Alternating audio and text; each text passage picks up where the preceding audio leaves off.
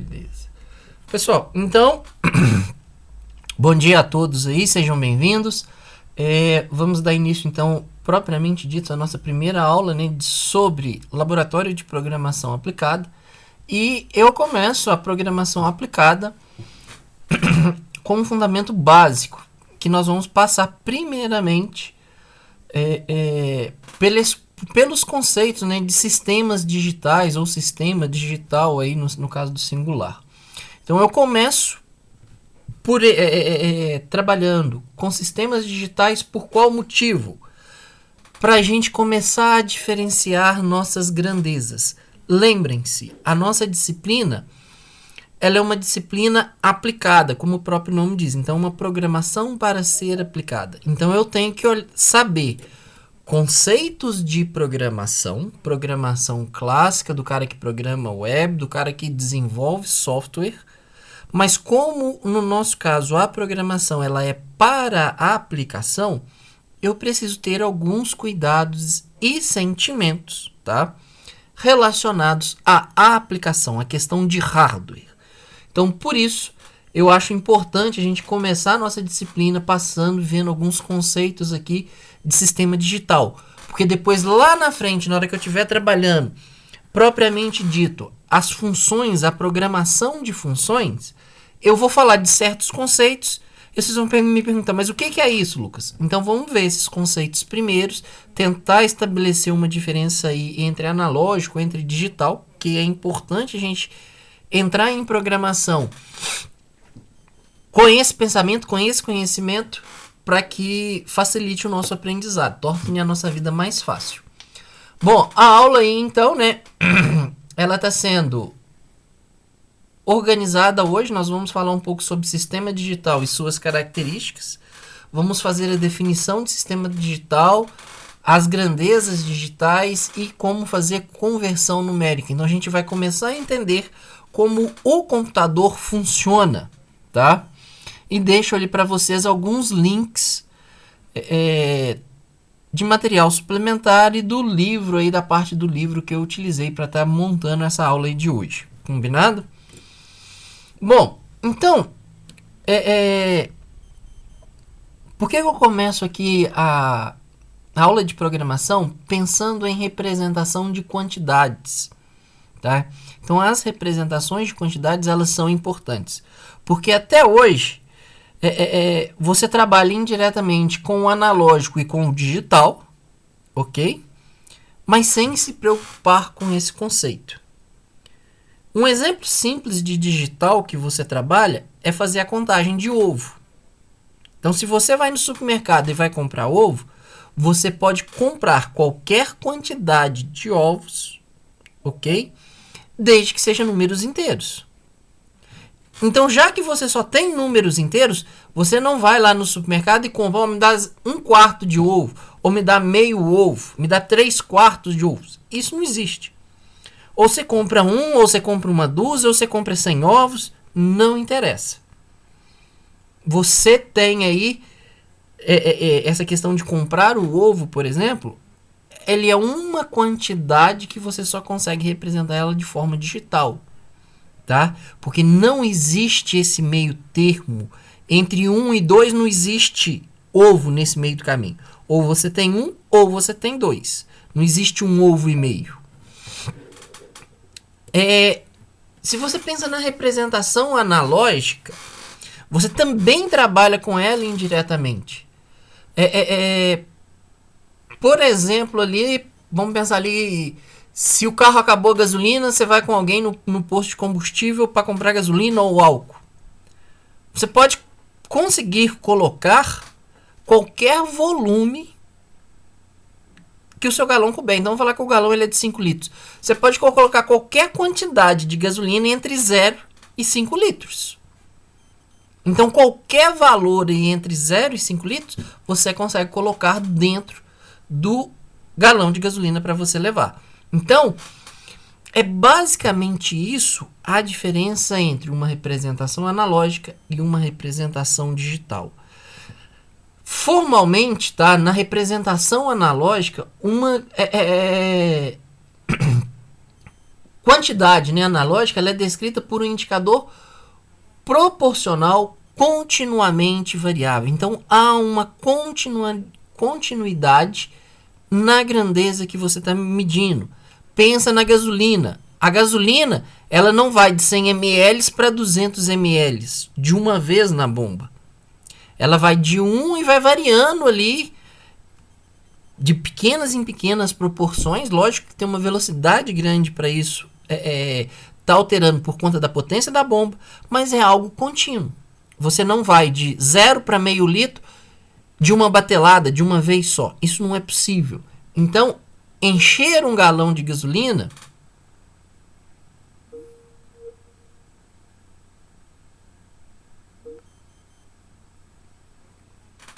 Pronto, voltei. Conseguiram ouvir aí o final aí da explicação? Até eu chegar no exemplo? Para em contínuo. Ok, beleza. Então, na representação analógica, nós temos essa continuidade. Lembra lá do galão de gasolina. Não tem como ele sair de 0 e ir para meio litro na batelada, de uma única vez. Isso acontece gradativamente, passando por todos os valores numéricos ali, entre 0 e meio litro. Um exemplo. Outro exemplo que você vê disso é velocímetro do carro. Principalmente esses carros aí que você tem aquele velocímetro analógico, de ponteiro. Ok? Quando você tem aí o velocímetro analógico, o velocímetro de ponteiro, ele não vai de 0 a 50 km, de 0 a 100 km, numa pancada. Ele sobe gradativamente. Isso é uma representação analógica. O que a gente já tira daqui?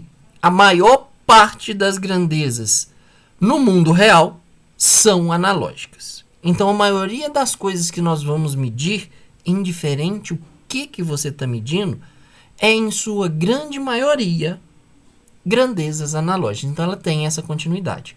O digital, por sua vez, ela não é descrita por essas quantidades proporcionais, tá?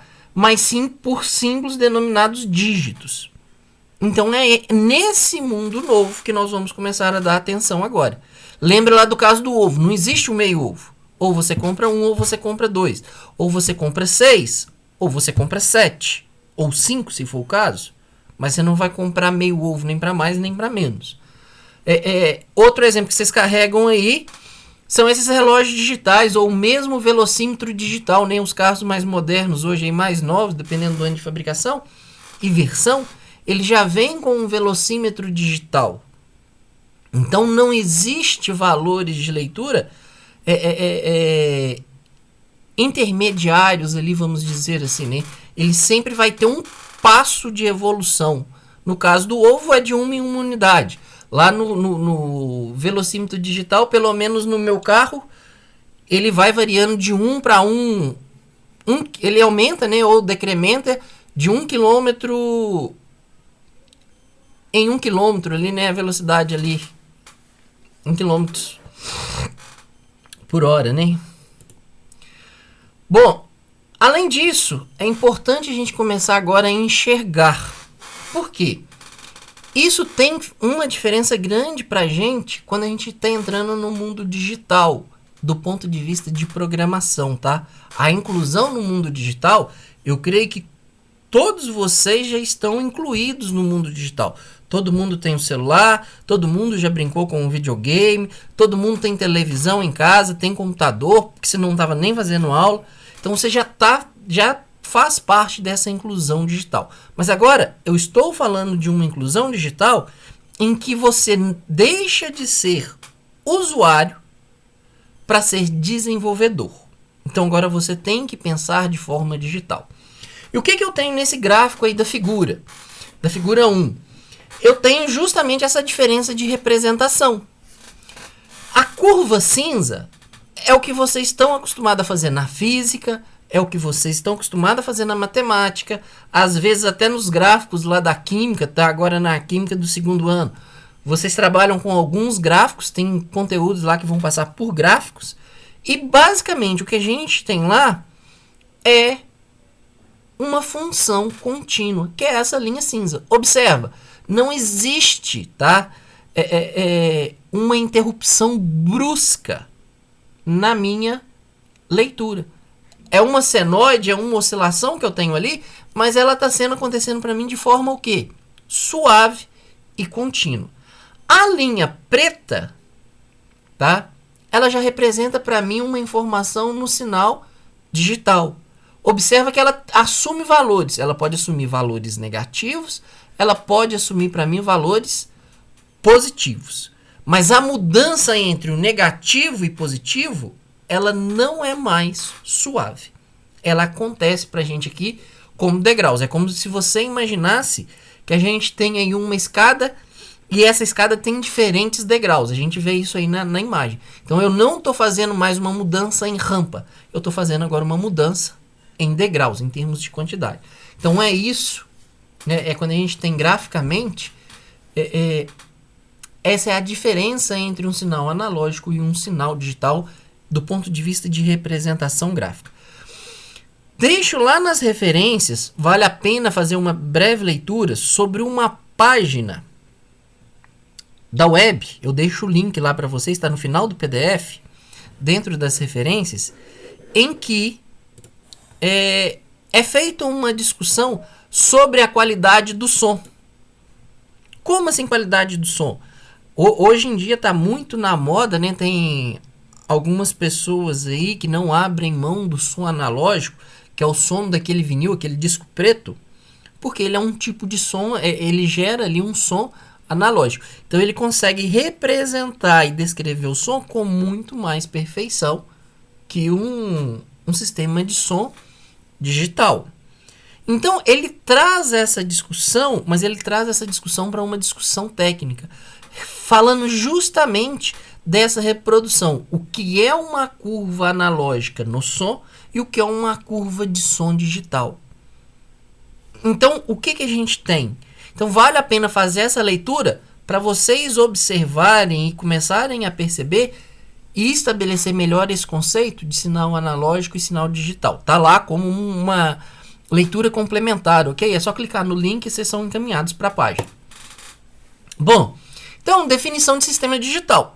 Todo mundo já operou, todo mundo usa um sistema digital ou mais de um sistema digital por dia. Com certeza, mais de um sistema digital por dia. Então, sistema digital, numa definição bem ampla, é um conjunto de dispositivos de transmissão, processamento ou armazenamento de sistemas digitais que usam valores discretos. Valor discreto, ele é descontínuo, tá? Quando a gente falar de descontinuidade, eu estou saindo de determinado valor e proporcionando uma mudança brusca. Essa mudança brusca que aconteceu aqui sobre o eixo Y, isso é uma descontinuidade.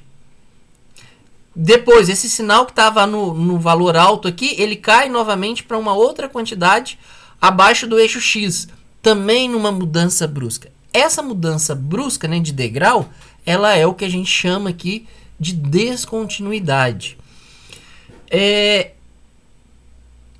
Sistema digital, então, não está restrito a computador. A gente tem, falando de hardware agora, a gente tem vários tipos de CIs com diferentes potências, diferentes capacidades de núcleos de processamento, mas que, indiferente essa característica, essa capacidade de processamento, são sistemas que trabalham com sinais digitais, ok? Quais são as vantagens das técnicas digitais? Das técnicas digitais. Primeiro, você irá trabalhar com circuitos, pensando do ponto de vista de projeto, de hardware, de placa eletrônica, são circuitos mais fáceis de serem projetados do que os circuitos analógicos, tá? Por uma série de fatores, inclusive algumas delas estão listadas aqui, eu chamo a atenção à medida que eu chegar nos tópicos. Também é mais fácil eu guardar informação discreta do que guardar uma informação analógica, tá? Guardar uma informação analógica é um negócio do ponto de vista de eletrônico muito complicado, porque você pode ir lá guardar, mas você garantir que aquilo lá vai ficar preservado, que aquilo lá vai ficar guardado, é algo muito difícil. Por quê? Você começa a ter uma dependência do componente e uma dependência de que esse componente trabalhe no seu limite, que ele trabalhe super bem, e o que na realidade não acontece. Então isso é difícil pra caramba. Mas à frente vai ficar claro por que isso é tão difícil, porque eu dou números para esses valores. Tá? Confiabilidade. A confiabilidade aí é justamente dessa dependência, né? De armazenamento. Vocês vão entender porque o digital ele trabalha com um ranger, com limites de tensões. Ele não trabalha com valores exatos. No analógico, a gente teria que trabalhar com valores exatos para guardar essa informação. Então, por isso que é mais confiável armazenar informações no digital do que no analógico. Além de que os circuitos digitais eles serão sempre menores do que os circuitos para guardar a informação analógica. No início do ano passado mesmo, só a título de exemplo, eu comprei um HD aqui, SSD para o meu computador. Aí você compra um HD de 1 GB e o negocinho ele é uma plaquinha de 2,5 cm por 5. Então você vê que você está guardando informação pra caramba num circuito pequenininho, baixinho. Se você fosse guardar isso no analógico, a gente teria que voltar para aqueles computadores lá da década de 50, da década de 60, feitos à base de válvula, tá? Das válvulas eletrônicas. Isso gastaria talvez uma casa de 100 metros quadrados ou mais para que eu conseguisse guardar essas informações utilizando um sistema analógico. Contando ainda que a gente não ia ter confiabilidade nessas informações. A chance de eu perder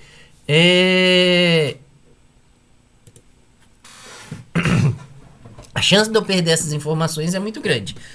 Humberto, eu comprei foi um M2, tá? Eu sei que ele é pequenininho mesmo. É um HDzinho pequenininho, uma plaquinha de nada ali. O trem traz um monte de slot lá de espaço de memória. Bom, outra vantagem. As operações podem ser facilmente programadas, tá? Por quê? Você começa a codificar a sua informação. Se você tem um código, você sabe trabalhar esse código do ponto de vista de hardware, de circuito, que é o que o computador faz. A gente escreve aqui usando letras, usando os nossos caracteres do dia a dia, mas isso é convertido para 0 e 1, e 0 e 1, a eletrônica, né, o circuito de processamento sabe processar essa sequência de 0 e 1. E faz o que a gente quer fazer, seja reprodução de imagem, seja reprodução de som, de vídeo, né, do que for preciso aí. Bom, quando a gente compara de novo o analógico com o digital ele está muito menos suscetível a ruídos. O ruído, gente, é algo natural, tá? Existe no mundo. A partir do momento que você quer medir alguma coisa, você vai se deparar com ruído. O ruído, ele pega uma forma de onda, tipo essa que a gente viu aqui atrás, ó, pensa nessa forma de onda cinza. Em vez de ficar essa curva cinza bonita, como a gente está vendo aí, perfeita, lisinha, ela vai ficar uma curva de onda, ela vai ficar uma onda, né? Totalmente, ela vai manter essa forma, porém ela vai ser cheia de picos e vales, nas mais diferentes amplitudes, tá? Então isso é o efeito do ruído e isso estará presente em toda medição que a gente fizer. Então, quando você armazena entre 0 e 1, você resguarda a sua informação, você consegue proteger ela mais em relação aos efeitos de ruído. E cai nessa questão de novo de compactação do circuito por meio do uso de CIs. CIs é qualquer bloquinho preto, tá? Por exemplo, não sei se vocês vão conseguir ver, olha na câmera aí, deixa eu ver se eu pegar meu celular aqui para ver se eu aumento a... Então, deixa eu ver se eu consigo mostrar. Essa plaquinha que eu estou mostrando aqui na mão, ó. Viram na câmera? Esse bloquinho aqui, ó, prateado que vocês estão vendo aí, isso é um CI. Esse CI aqui, ele é de um microprocessador aqui, de uma placa ESP32. Ele traz um espaço enorme para eu fazer programação. Aquilo ali é um CI. Lá dentro eu tenho um monte de circuitos implementados. Tem conversores analógicos, analógico digital, eu tenho conversor digital analógico, eu tenho circuitos de protocolo de comunicação estabelecidos, circuitos para Wi-Fi estabelecido. Então, se você para olhar esse cara aqui, ó, ele é muito pequenininho mesmo. Ele não dá 1,5 cm por 1,5 cm. E ele traz para mim um circuito enorme lá dentro. Por quê? Isso é feito industrialmente, alterando a placa de silício, né, que é onde o circuito ele é montado. Então o circuito ele passa a ser desenhado numa plaquinha de silício que a gente tem ali dentro. Então, quais são as limitações? Né? Não são só vantagens, tem limitação também. A gente volta naquele tópico que o mundo é quase totalmente analógico, então toda a grandeza que eu vou mexer é praticamente analógica, na sua grande maioria. E processar sinais digitalizados requer uma demanda de tempo, tá? Não tem como. Por que isso vai demandar tempo? Lógico, nossa eletrônica evoluiu muito. Nós temos máquina hoje trabalhando com clocks altíssimos. Então o intervalo de tempo que ele gasta para fazer isso é irrisório, principalmente para as nossas aplicações de dia a dia. E o que consiste nesse processo? Como que eu saio então do mundo real e vou entrar no mundo virtual, que é o mundo digital? A gente tem uma variável física, pensa aí por exemplo num sinal de tensão que a gente está medindo lá no laboratório. Isso passa por um sensor. O sensor ele vai pegar a grandeza que eu estou medindo e vai soltar ela para mim em uma grandeza analógica. Então pensa lá. Deixa eu pensar aqui um sensor. Vamos pensar aqui, por exemplo, num acelerômetro, tá? Eu quero medir uma posição angular qualquer e essa posição angular eu estou medindo aqui o acelerômetro. Então o acelerômetro ele vai me dar uma leitura. Essa leitura passa por um transdutor e o transdutor solta para mim a inclinação da placa em uma grandeza, e essa grandeza aqui ela pode estar em corrente elétrica ou em tensão elétrica. Normalmente é tensão elétrica. Então eu vou ter uma resposta desse acelerômetro entre 0 e 3.3 volts, por exemplo. Então entre 0 e 3.3 volts eu consigo fazer uma varredura entre 0 e 180 graus. Certo? Então, a primeira parte é fazer essa transdução. Essa transdução é física. É o circuito do seu sensor que está fazendo. Não é algo que você faz assim, pá, e foi. Não, os elementos químicos, né, que compõem o sensor, eles demandam tempo para mudar sua configuração. Então, é um processo físico.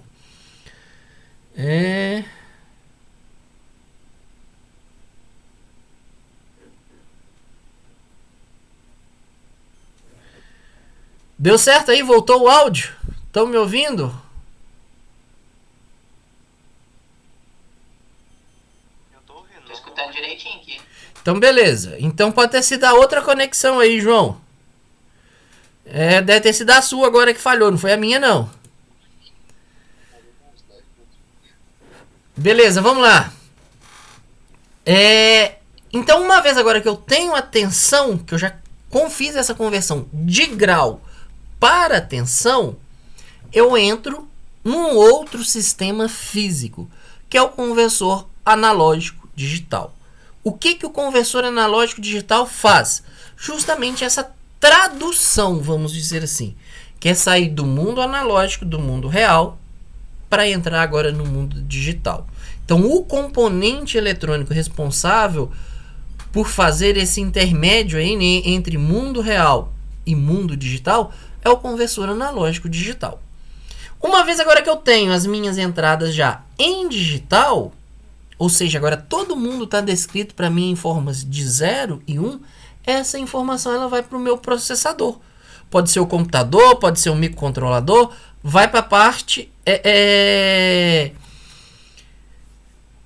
de alguém, né, de um componente que vai processar essas informações. Então ela vai parar em alguém e alguém vai processar ela. Pode ser um microcontrolador, pode ser uma CPU, computador, Pode ser um banco de computadores, não interessa, você tem um cluster aí de computadores e ele vai receber essa informação e vai processar. Após o processamento, você vai fazer o quê? Você tem que mandar essa informação para o mundo real de novo. Se você está saindo do digital para retornar para o mundo real, que é o analógico, o que a gente precisa? Preciso novamente fazer uma conversão. Só que agora vai ser de que tipo de dado? Do digital para o analógico. Então eu tenho aqui um conversor do tipo digital analógico. Ele faz para mim a tradução do mundo digital, levando essas informações para o mundo real, que é o mundo analógico.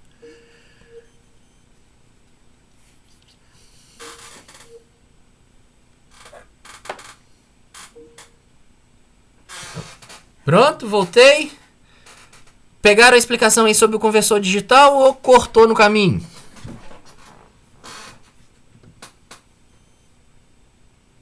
Alô?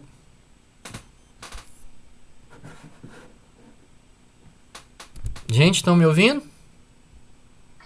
Cortou um pouco no final.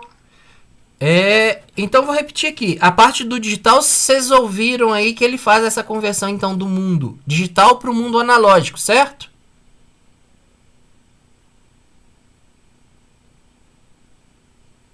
Sim. Beleza. Então o conversor analógico ele vai fazer para mim essa tradução do mundo digital para o mundo real. No mundo real, eu tenho agora um circuito analógico que pega essa informação e vai mandar, por exemplo, para um atuador. Esse atuador meu aqui, ele pode ser qualquer coisa. Pensa, por exemplo, aí num motor, tá? Então pensa que você está controlando a velocidade de um motor, lá do robô, do braço robótico. Então você quer controlar. Então você tem um circuito que recebe essa informação analógica, tá? E vai controlar, por exemplo, a posição do motor. A gente vai ver esses circuitos durante a programação. Então, eu passo a controlar lá na frente a velocidade. Então, é basicamente isso. E isso, gente, todo esse processo, a gente requer um determinado tempo. Veja, são 5 etapas para que eu possa fazer essa tradução, esse processamento de informação no mundo digital. Tá? Então eu tenho conversão de digital, primeiro tradução da variável, na segunda etapa a conversão do analógico para o digital, a terceira etapa, a etapa de processamento. Após processado, eu tenho que mandar a minha informação do mundo digital para o mundo analógico, por isso eu uso o conversor aí digital analógico, e no final, quem deveria receber a informação vai passar ainda por um atuador. Pensa em atuador nesse momento como sendo um motor elétrico, por exemplo. Então essa informação tem que chegar no motor, o motor vai girar, vai aumentar a torque, para que eu consiga ver isso na minha variável de saída lá na frente. Ok? Então é basicamente isso. Então demanda tempo. Que hoje, como eu disse, para a maioria das aplicações, tanto residenciais quanto industriais, nós temos hoje, graças a Deus, uma eletrônica muito evoluída e esse tempo aqui hoje ele é mínimo, tá? Ele é mínimo mesmo. Então, não prejudica praticamente em nada o que a gente tem que fazer. Bom, já que agora a gente tem uma ideia de como funciona um sistema digital, vamos começar agora a trabalhar com as grandezas. Eu venho falando ao longo da aula que no mundo digital existe apenas uma grandeza. Ou essa grandeza é 0, ou essa grandeza é 1. Essa grandeza que eu estou me referindo como 0 e 1, 0 e 1, 0 e 1, é justamente quem? O famoso bit. O bit, ele é a menor unidade de informação que pode ser armazenada ou transmitida no mundo digital, tá? E ele só pode assumir 2 valores. O bit ele pode ser 0, quando ele está com valor 0. Ele é chamado de bit em estado baixo em português, ou de low bit do inglês, tá? Ou ele pode assumir o valor igual a 1. Quando ele está em 1, a gente diz, tá, que o bit está com seu estado alto. Estado alto Ou lá do inglês high bit, ele está com estado high, está com estado alto, ele está com valor de 1. Agora, gente, presta atenção numa coisa, isso é super importante. Estou no mundo digital, porém a grandeza que eu utilizo dentro do mundo digital é tensão. A tensão ela é uma grandeza analógica. Então, como que eu defino um bit alto ou baixo? Por faixas de tensão. Daí a maior robustez de armazenar dados em sistemas digitais do que em sistemas analógicos. Por quê? O que tiver na escala entre 0 e 8 volts é considerado como bit baixo. Ou seja, é low bit. O processador vai entender esse cara aqui, ó, para qualquer valor de tensão entre 0 e 0.8, ele entende como sendo 0. Se a tensão ficar entre 0.8 e 2 volts, ele não vai entender nada. Ele não sabe que informação está chegando ali. E se a tensão ficar entre 2 e 5 volts, ele entende isso como um bit alto. Ou seja, ele entende como 1. Ou seja, se eu estou com 2.1, o processador está entendendo que aquilo ali é 1. Se eu estou com 5 volts, ele também está entendendo que aquilo ali é 1. Então, olha, que faixa larga que eu tenho para armazenar uma informação, que é 0 e que é 1. Então, é muito melhor, muito mais fácil, muito mais seguro eu armazenar em digital do que eu armazenar em analógico, porque eu não trabalho com um número, eu trabalho com uma faixa. Então, tem ruído, aquele negócio veio todo balançando para mim. Ok. Vai ter que vir um ruído muito grande a fim de proporcionar aqui para mim transformar um bit baixo para um bit alto, para aumentar de 0.8 passar para 2. Ou seja, eu tenho que ter um ruído que vai proporcionar para mim uma variação de tensão de 1,2 volts. Então acaba que eu consigo dar muito mais robustez ao meu circuito elétrico, né, eletrônico aí no caso, do que propriamente com o analógico. Que no analógico ele ia perceber e ia sentir essa diferença aí de 1,2 volts se viesse esse ruído. E a partir do bit surge então coisas dos nossos dia a dias que a gente usa sem saber o que é. Então, quando você pega 8 bits e agrupa 8 bits, você forma a nossa primeira unidade da programação, tá? Que vira e mexe a gente sabe. Todo mundo vai comprar um computador, todo mundo vai comprar um celular, vai lá e pergunta qual que é a capacidade de armazenamento. A capacidade de armazenamento ou a capacidade de processamento, ela está relacionada, ela é medida, né, pela quantidade de bits nos seus múltiplos. Então, 1 byte representa para mim o quê? 8 bits. Então, eu tenho uma sequência de 0 e 1, que vai formar para mim ali um vetorzinho com 8 posições, tá? Normalmente numeradas de 0 a 7, mas com 8 posições. Aí dali para frente a gente vem vindo com os múltiplos. Então eu tenho lá o kilobyte, que é o KB, né? Sendo 1024 bytes. Ali na frente vocês vão entender por que essa unidade aqui é 1024. Eu explico isso ali nos próximos slides. O megabyte, né? A gente tem 1024 kilobytes. O gigabyte, eu tenho 1024 megabytes. E por aí afora vai, até chegar aqui no tera, né? Hoje a gente já tem HDs aí comerciais de terabyte, 2 tera, 1 tera, 5 tera, dependendo da aplicação e do quanto você está disposto a pagar. Você tem HD, você tem memória nas mais diferentes variações e combinações aqui dos múltiplos, né, que a gente está vendo aqui agora. Bom, entrando então... Como que eu faço essa conversão de informação agora no meu computador? Eu já vi como que eu processo sinal. Eu já tenho uma noção de como eu processo sinal, que eu vou precisar de um conversor analógico digital, ou eu vou precisar de um conversor digital analógico. Mas e se eu não estou fazendo leitura de nada externo? Eu estou usando só o meu computador. Então eu preciso de fazer uma conversão. Essa conversão, ela é baseada na conversão de binário para decimal ou de decimal para binário, tá? O computador faz isso pra gente automaticamente. Como que isso é feito? Um número binário, gente, vai ser uma sequência, tá? De zeros e uns. Não interessa se vai ser 1 ou se vai ser 0. Por exemplo, aqui eu tenho um número binário. Esse número binário, ele é composto por 5 números, tá? Ele tem 5 bits. Aliás, né? 1, 1, 0, 1 e 1. Esse 2 aqui, esse índice 2, é para indicar que eu estou na base de numeração binária. Então, esse cara aqui está representado para mim na base binária. É a base a qual o número está sendo descrito. É importante observar que quando eu escrevo essa sequência de 0 e 1s, eu tenho o bit mais importante.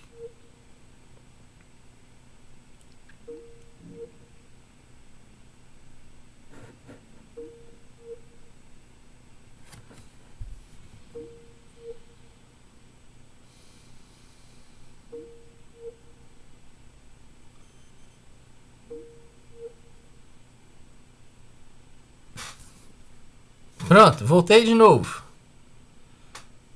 Todo mundo ouvindo aí? Me dê um retorno, por favor. Tranquilo, estou te ouvindo agora. Beleza. Então, retornando aqui. Essa sequência de bits, indiferente ser 0 ou ser 1, qual é a combinação que a gente tem?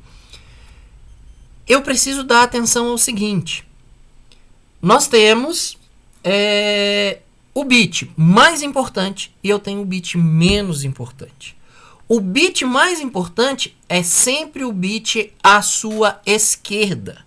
Então, quando você tem um número, o bit mais importante é o bit que está à esquerda. O bit menos importante é o bit da direita. Ok? Então, o bit da direita ele é o bit menos importante, ou least significant bit. O bit mais importante lá do inglês, most significant bit. Ok? Então, como fazer, qual é o valor desse número em decimal? Como que eu faço essa conversão? Bom, a conversão ela é baseada, tá, na base. Qual que é a base que eu tenho? Binária.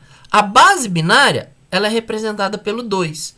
Então, o que eu vou fazer? Para eu fazer a conversão, basta pegar do bit menos significante para o bit mais significante e fazer a soma de 2 elevado à posição do bit. Então, começo com a posição 0 e vou numerando daí para frente.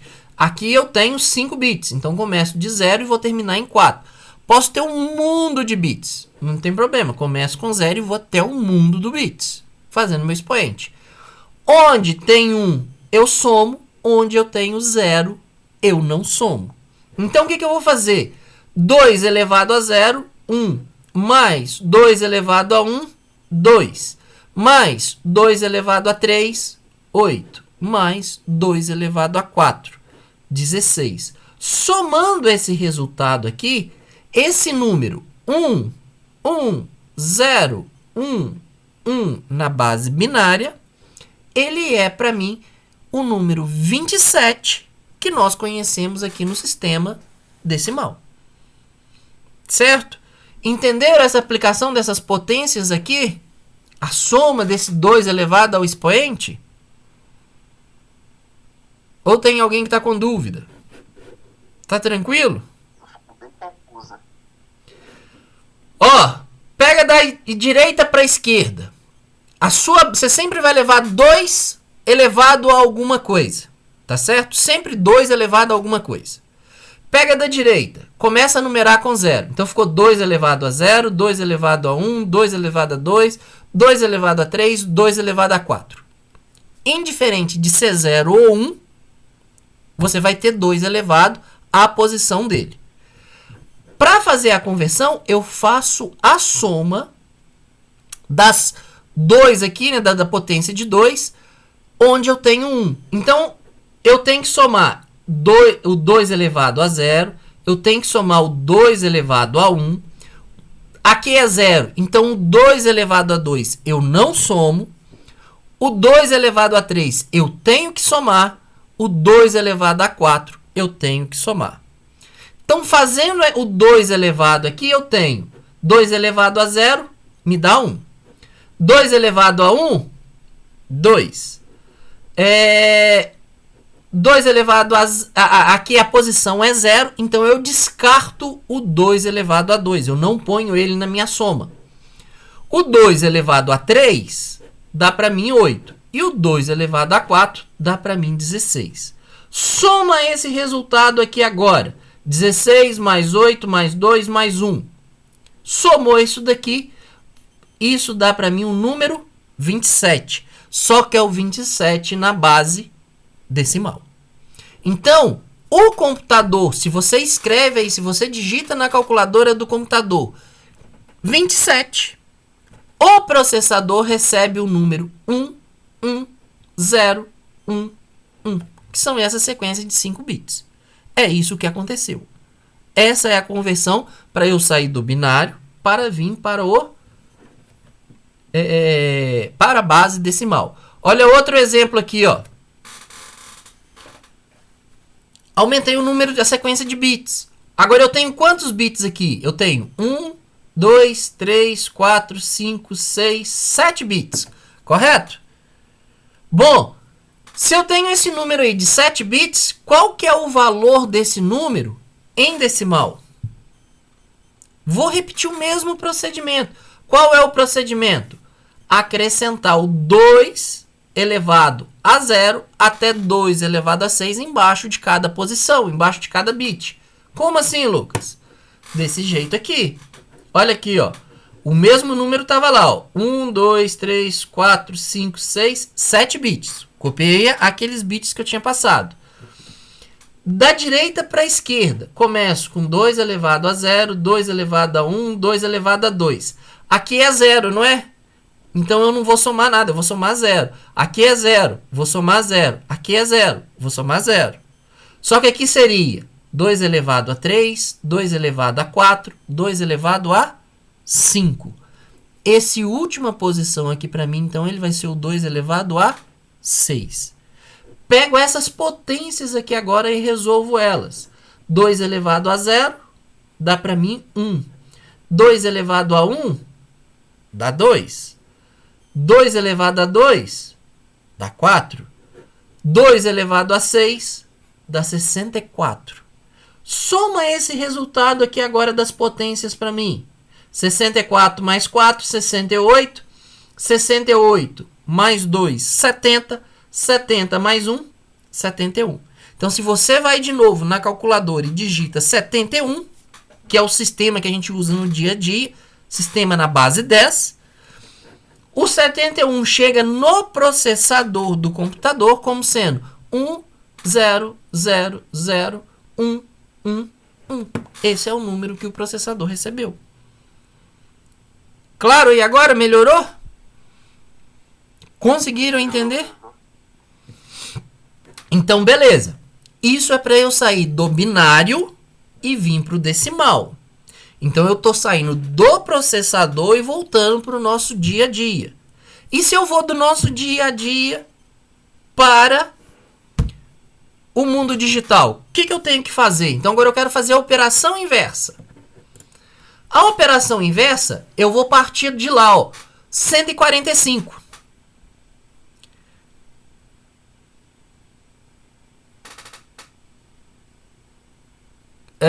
É isso mesmo, Leandro. Bem lembrado aí mesmo, ó. O 1024 lá, bem lembrado. O Leandro fez jogou um negócio no chat aí interessante. Nossa, agora faz total sentido aquela parada de poder contar só até 1023, usando as duas mãos se você usar o sistema de números binários. Bom, 1023, tá? Ela é uma representação de posição de memória. Você tem um número aí de 1024, que é aquele número que eu tinha chamado lá atrás, porque 1024 é 2 elevado a 10. Então, você tá descrevendo, acertando uma quantidade para 2 elevado a 10. é o que eles tomaram como padrão. Então, 2 elevado a 10, pode fazer as contas aí, vai dar 1024. Então, por isso que você compra computador, tudo que você vai comprar de computador, você compra nessa base de 1024, ela é a nossa referência. Então, você vai lá, memórias de 1 GB. Você vai ver lá, não é 1000, é 1024 megabytes. 2 GB vai ser 2 vezes 1024. 4 GB, 4 vezes 1024. Por isso que a gente adota o padrão. Então, o 1024, ele vem de onde? Deixa eu voltar aqui um slide, já que o Leandro chamou a atenção para isso. É o 2 elevado a 10. Então, seria 10 posições de bits e essas 10 posições de bits com 1. Quando você faz isso, você vai chegar lá nos 1024.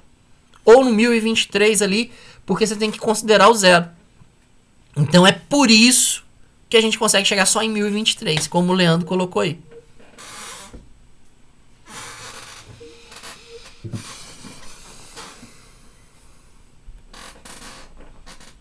Voltei novamente.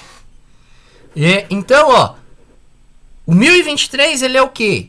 É um vetor, né? 10 posições de bits aqui que eu tenho. As 10 posições preenchidas com 1.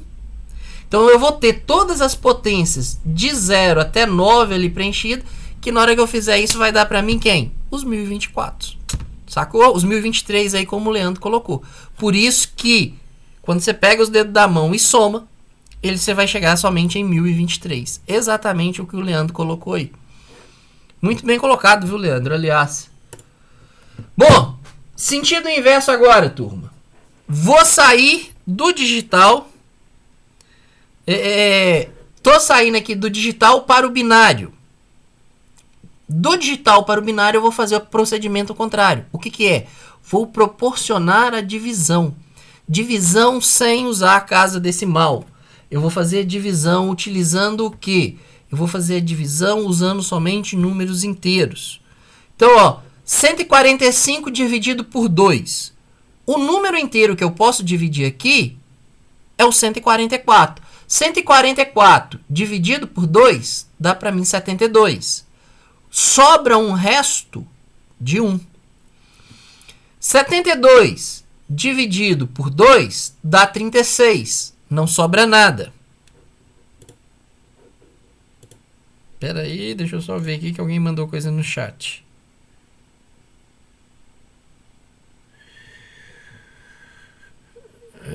Porque o 0 no slide anterior. Ô Laura, deixa eu voltar para te explicar aqui antes de seguir. Eu faço esse exemplo aqui de novo. Aqui ele é 0 porque eu vou escrever isso daqui, tá? Vou escrever no chat para ficar mais fácil. O que a gente está fazendo no final da história? A gente está fazendo 1 vezes 2 elevado a 1, por exemplo. Que é o que eu tenho exatamente nesse slide aqui. Certo? Ó, mandei no chat. Esse é um exemplo dessa posição aqui, ó. É o que a gente fez. Ok? Nessa posição aqui, ó. Eu tenho 1 e tenho 2 elevado a 1. Nessa posição aqui, o que eu estou fazendo? Eu estou fazendo 0 vezes 2 elevado a 3. Que vai resultar para mim em quanto? 0. Então, o que eu fiz? Foi substituir direto. Já que eu tenho 0 e eu vou multiplicar por 0, indiferente qual é a potência que eu tenho ali, isso some. O meu resultado na soma vai ser o quê? 0. Por isso que eu não coloquei o 2 elevado a 3 aqui, igual eu tinha colocado nesse slide aqui, ó. Porque aqui eu não desenvolvi essa operação, ó. Aqui eu parei num passo antes. Então, aqui quem que a gente tem? Tem o 0 vezes 2 elevado a 2. O 0 vezes 2 elevado a 2 vai resultar para mim em quanto? 0. Tanto é que o 2 elevado a 2 ele não aparece para mim aqui na soma por esse motivo. Consegui esclarecer sua dúvida, Laura?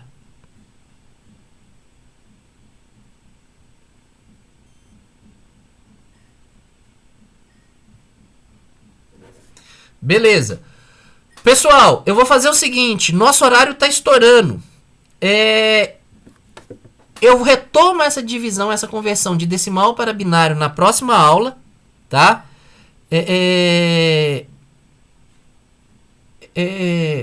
Na próxima aula eu retomo.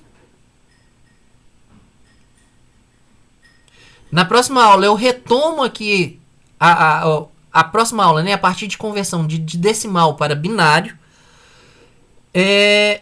Por conta do horário, para a gente não extrapolar aí nossos 50 minutos. E vou já postar, ok? Esse material no SIGA. Aqui tem um vídeo. Esse vídeo ele é um vídeo explicativo, que o cara está justamente explicando sobre essa conversão de decimal para binário. Aqui está o link da leitura complementar que eu sugiro que vocês façam, só para consolidar essa questão de diferenciar o sinal analógico do sinal digital. O livro que eu utilizei tem na biblioteca. Se eu não me engano, vocês estão acessando a biblioteca agora de forma digital. Então, você tem esse livro aqui de sistemas digitais, princípios e aplicações. Só uma informação antes de encerrar a aula. Não será necessário fazer o adiamento da aula como eu tinha colocado semana passada. A aula de introdução à robótica, na próxima quinta-feira, irá ocorrer no horário normal dela, na parte da manhã. Por quê? A reunião do MEC foi cancelada. Então, como eu não vou ter que comparecer à reunião, mantém-se a aula no horário estabelecido pela coordenação, ok? Eu não vou precisar mudar ela. Então, a aula acontece de manhã no horário normal dela. Vou postar novamente a notícia lá no SIGA. Tá bom? Pessoal, alguém tem dúvida? Quer fazer algum esclarecimento até onde eu fui hoje ali na disciplina? Se quiser pode perguntar, tô aberto. Pra mim tá tranquilo. Então beleza. Peço com muito carinho. Vejam a videoaula que eu tô deixando no slide do PDF. E veja também, por favor, façam, né, na verdade, a leitura complementar que está lá. É um blog, um pedaço de blog lá, muito pequeno o texto. Vale a pena vocês lerem, talvez trazer até dúvida, porque lá ele vai relacionar parte desses conceitos que eu mostrei aqui hoje. Então, se ficar alguma dúvida, traz essa dúvida para a próxima aula. Combinado? Um abraço, então, para todos. Até a próxima quinta-feira de manhã. Obrigado aí pela presença de todo mundo. Abraço, até quinta.